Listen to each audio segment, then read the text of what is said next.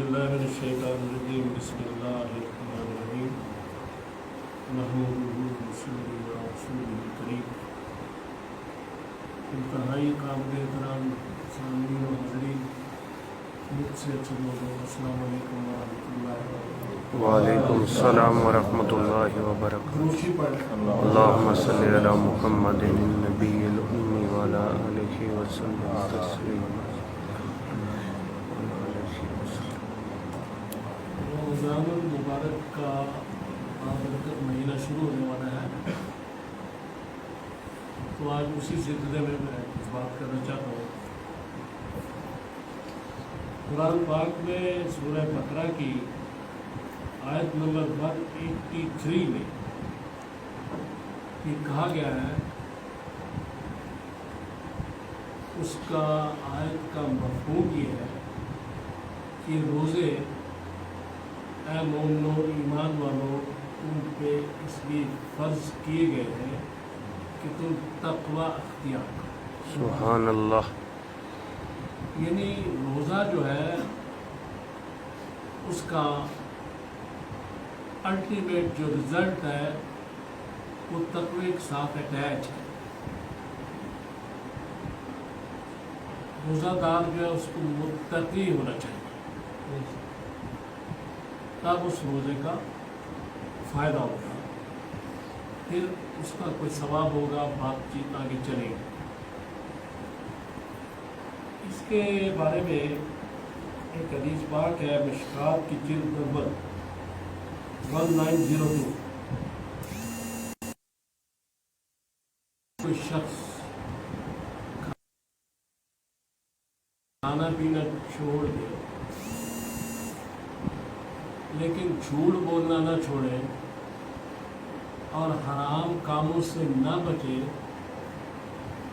تو اللہ کو اس کی کوئی ضرورت نہیں ہے۔ یہ بات وہیں آ رہی ہے تقوی کے ساتھ۔ یہ حدیث پاک میں بھی بات کی جا رہی ہے کہ کھانا پینا چھوڑ دینا کافی نہیں ہے۔ سحری کر لی، افطاری کر لی، علماء دین یہ کہتے ہیں کہ روزہ تو ہو جائے گا، اس کی قضا نہیں ہوگی۔ اگر کوئی شخص دن میں جھوٹ بول لیتا ہے، ایسی ویسی بات کرتا ہے تو روزہ ہو جائے گا، لیکن اس کا ثواب نہیں ملے گا۔ اس کی وجہ یہ ہے کہ جب جو حلال چیزیں ہم روزے میں چھوڑ رہے ہیں، دوپہر کو وہ حلال چیزیں ہم نہیں کھا سکتے۔ ایک روزہ دار جو صحت مند ہو، معذوری کی حالت میں نہ ہو، وہ دوپہر کو کھانا نہیں کھا سکتا، پانی نہیں پی سکتا افطار تک۔ تو جو حلال چیز ہے وہ چھوڑی جا رہی ہے اللہ کے حکم سے، کیونکہ اصل بات اتباع رسول ہے اور اللہ کا حکم ہے۔ وہ حرام کہہ دیں چھوڑ دو، اس میں چھوڑ دو، اس میں چھوڑ دو، اس میں بحث نہیں۔ تو رمضان میں دوپہر کا کھانا جو ہے وہ صحت مند مسلمان کے لیے حرام ہے، چاہے وہ حلال کمائی کا ہو، چاہے وہ حلال چیز ہو۔ تو جب ایک وہ کام کیا جا رہا ہے کہ آپ حلال چیز چھوڑ رہے ہیں، لیکن جو چیزیں رمضان سے پہلے بھی اور اس کے بعد بھی حرام ہے مسلمان کے لیے، مثلا جھوٹ بولنا، برے کام کرنا، وہ اگر ساتھ کر رہے ہیں تو حلال چیز جو چھوڑ رہے ہیں، جو پہلے حلال تھی اس کو چھوڑ رہے ہیں، لیکن جو پہلے بھی حرام تھی اب بھی حرام ہے وہ کر رہے ہیں، تو پھر یہ عمل جو ہے کیسا ہو؟ وہ سارا ثواب اور برکات جو فیوز ہے اس روزے کی اس کو ملیمیٹ کر دیں۔ لہذا اس لیے قرآن نے کہا کہ روزے اس لیے فرض کیے گئے ہیں تاکہ تم تقوی اختیار متقی ہو جائے۔ تو تقوی کیا ہوتا ہے؟ متقی ہونا کیا؟ گناہ کو چھوڑ کے جانا۔ سبحان اللہ۔ گناہ کو چھوڑتے ہیں۔ جتنا کوئی شخص گناہ زیادہ چھوڑے گا اتنا وہ تقوی والا ہوگا، اتنا متقی ہو جائے۔ پھر سورۃ النازعات جو ہے اس کی آیت نمبر 40 اس میں یہ کہا گیا ہے کہ جو شخص اللہ رب کے سامنے کھڑا ہونے سے ڈرا اور اس نے اپنی خواہشات نفس کو ترک کیا جو ناجائز ہے، تو یقیناً اس کا ٹھکانہ جنت میں۔ سبحان اللہ۔ اب یہاں بھی وہی بات تقوی کی آ رہی ہے کہ نماز میں جب اللہ کے سامنے کھڑا ہوتے ہیں، سورہ رحمان میں بھی اس کا ذکر کیا گیا کہ جو رب کے سامنے کھڑا ہوتے ہوئے ڈرا اللہ سے تو اس کے لیے 2 جنتیں، سورہ رحمان میں بھی کہا گیا۔ تو اللہ سے ڈرنا ہی تقوی ہے، سبحان اللہ۔ اصل جو بات ہے۔ اب جب ایک روزہ دار ہے وہ جب تنہائی میں ہوتا ہے، اگر وہ اپنے کمرے میں ہے، اکیلا ہے، گرمی کا روزہ ہے، پیاس بھی لگی ہے، فریج میں جوس بھی پڑا ہوا ہے، دوسری چیزیں ہیں، کوئی دیکھ بھی نہیں رہا، تو وہ روزہ دار وہ جوس نہیں پیے گا، پانی نہیں پیے گا، حالانکہ کوئی دیکھ نہیں رہا، لیکن وہ تقوی کے اس معیار پہ ہوتا ہے کہ اس وقت مجھے اللہ دیکھ رہا ہے، سبحان اللہ۔ بے شک بے شک۔ لہٰذا میرا روزہ جو ہے وہ برباد ہو جائے گا۔ اس لیے یہ جو تقوی کا معیار ہے اس کو جو قائم کیا جائے گا ہر جگہ پہ، صرف رمضان کے مہینے میں نہیں، آگے پیچھے بھی، تو وہ تقوی کی طرف جب آدمی جائے گا تو پھر اس کے لیے جنت کی باتیں اور جنت کی خوشخبریاں ملتی جائیں گی۔ سبحان اللہ۔ اس میں جو ایک چیز یہ ہے کہ اس مبارک مہینے میں ایک تو روزہ ہوتا ہے سحری سے افطاری، دوسرا تراویح ہوتی ہے، تو ایک کنفیوژن ہے بہت بڑا سا ایک لوگوں کے ذہن میں کہ جو روزہ رکھتا ہے اگر تراویح نہ پڑھے تو اس کا روزہ نہیں ہوتا۔ تو علماء دین یہ کہتے ہیں کہ روزہ فرض ہے اور تراویح سنت ہے، روزہ تو ہو جائے گا لیکن تراویح چھوڑنے کا گناہ ملے گا، لہذا تراویح کا نہ پڑھنا روزے پہ افیکٹ نہیں کرے گا لیکن اس کا گناہ ہے نا۔ اور یہ سب سے بڑی بات جو روزے کی روح ہے وہ تو یہ ہے کہ ہم جب روزے کے ساتھ ہیں فضول گفتگو سے پرہیز کریں، ویسے بھی کرنی چاہیے لیکن خصوصاً اس مہینے میں جھوٹ سے پرہیز کریں، چوری سے، غیبت سے، یہ روح ہے اس روزے کی۔ اور اگر جسم میں روح نہیں ہوتی تو جسم تو وہی ہوتا ہے لیکن بے جان ہوتا ہے۔ تو اگر روح روزے کی غائب ہو جائے گی سبحان اللہ۔ بھوکا پیاسا رہنا تو اپنی جگہ ہے، وہ سارا جو سسٹم ہے وہ ختم ہو جائے گا۔ اس لیے حدیث پاک میں بات کی ہے۔ تو اب یہ کہ یہ ایک 11 مہینے ہم تھوڑا اللہ سے دور رہتے ہیں، ویسے رہنا نہیں چاہیے لیکن یہ مہینہ خاص ہے، عبادت کا مہینہ ہے، اس میں کئی گنا زیادہ نیکیوں کا ثواب ملتا ہے۔ سبحان اللہ۔ اس میں تلاوت قرآن، نوافل پڑھنے کی کوشش کرنی چاہیے جس کو وقت ملے، ورنہ فرائض ضرور ادا کیے جائیں۔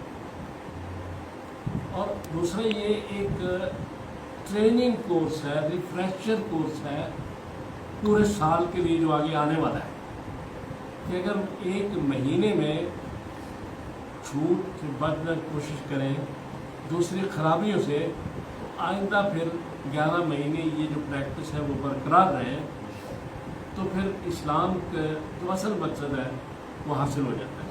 سبحان اللہ۔ لہذا رمضان میں آپ دیکھیں گے کہ اکثر لوگ جو نماز نہیں پڑھتے وہ بھی پڑھنی شروع کر دیتے ہیں. بڑی اچھی بات ہے. تراویح میں لوگ بہت زیادہ آتے ہیں، تو وہ جو ایک حدیث پاک ہے نا کہ شیطان کو جکڑ دیا جاتا ہے، وہ یہی بات ہے. پھر لوگ تھوڑا سا دین کی طرف راغب ہو جاتے ہیں. اور اگر ہمیشہ یہ ہو تو پھر ٹھیک ہے. تو اب یہ میں کچھ چیزیں ہیں جو آپ کے سامنے میں پڑھتا ہوں. یہ روزے کے بارے میں ہے. اس میں کن چیزوں سے روزہ ٹوٹتا ہے، کن سے نہیں ٹوٹتا، یہ چیزیں میں کچھ یہ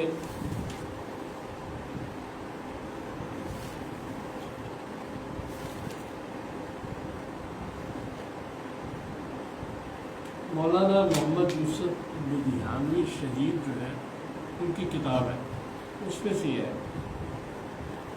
وہ یہ کہتے ہیں کہ بھول کر کھانے والا اور قے کرنے والا اگر قصدن کھا پی لے تو صرف اس روزے کی قضا ہو. یعنی اگر کسی نے روزے کے دوران بھول چوک سے کھا لیا اور پھر وہ اس میں اس کی پھر قضا ہوگی. اور پھر وہ کہتے ہیں اگر کسی غلطی سے افطار کر لیا تو صرف قضا واجب ہے، کفارہ نہیں.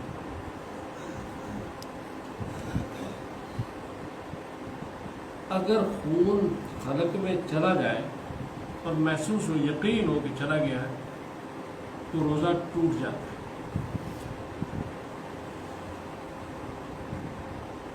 نہاتے وقت یا وضو کرتے وقت پانی اگر منہ میں چلا جائے، چاہے قصدن یا ارادہ نہ بھی ہو، تو یہ لکھتے ہیں کہ روزہ ٹوٹ جاتا ہے. لہٰذا اس کی بڑی احتیاط ضروری ہے. پھر یہ کہتے ہیں کہ روزہ میں گرگرہ کرنا اور ناک میں اوپر تک پانی چڑھانا ممنوع ہے، تاکہ حلق میں نہ چڑھائے یا حلق سے نیچے. اگر ایسی چیز نگل لی جائے جو غذا یا خوراک یا دانہ نہ ہو تو صرف قضا واجب ہوگی.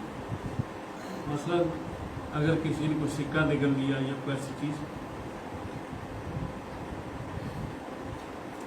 اس کے بعد یہ کہتے ہیں کہ چنے کے دانے کی مقدار دانتوں میں پھنسے ہوئے گوشت کے ریشہ نگلنے سے روزہ ٹوٹ جاتا ہے. یعنی کوئی چیز پھنسی ہو دانتوں میں، اس کو نکال کے بعد پھینکنا چاہیے، اندر نہ جائے.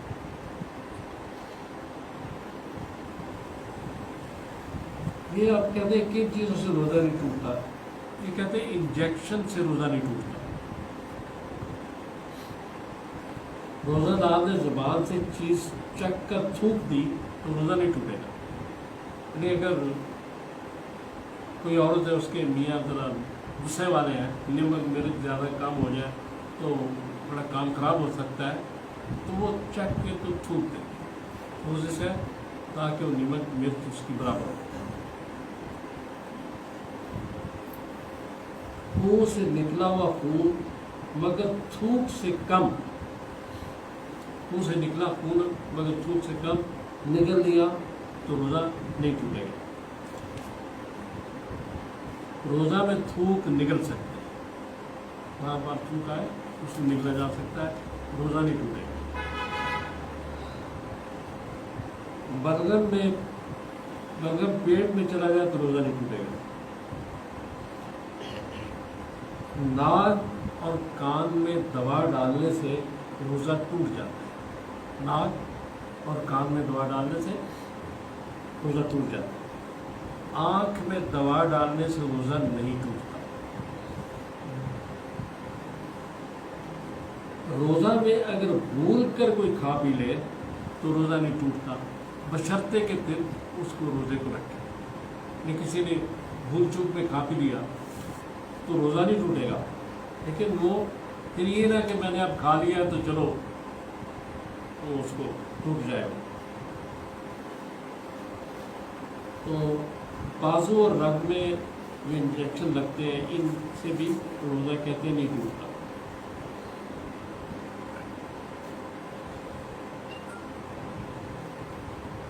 اور خود سے قے آنے سے روزہ نہیں ٹوٹتا، خون دینے سے روزہ نہیں ٹوٹتا. یہ چونکہ چیزیں ریکارڈ آ رہی ہیں آپ کے پاس، اس لیے روزہ میں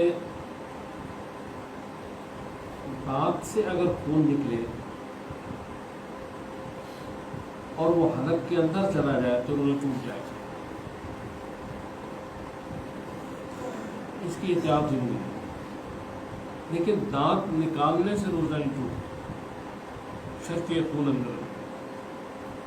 سرما لگانے اور آئینہ دیکھنے سے روزہ نہیں ٹوٹتا.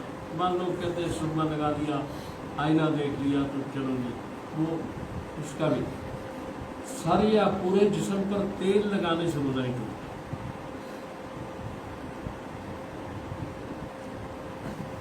سوتے میں غسل کی ضرورت پیش آ جائے تو روزہ نہیں ٹوٹتا. اگر دوپہر کو سو گیا تو روزہ نہیں ٹوٹتا اگر غسل کی ضرورت پیش آئے غسل کر.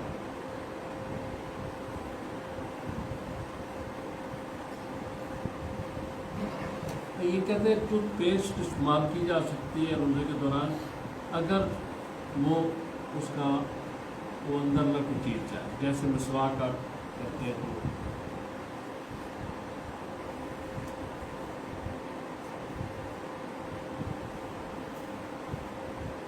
زہریلی چیزیں کی کوئی ڈس جائے تو یہ کہتے ہیں روزہ نہیں ٹوٹتا. سانپ یا بچھی یا کوئی چیز یا بھیڑ وغیرہ. اور مرغی کے دورہ سے روزہ نہیں ٹوٹتا.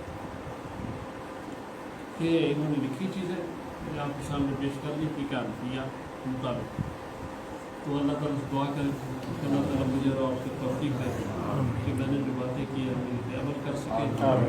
صلی اللہ تعالیٰ علیہ محمد وعلیہ وصحبہ اجمعین.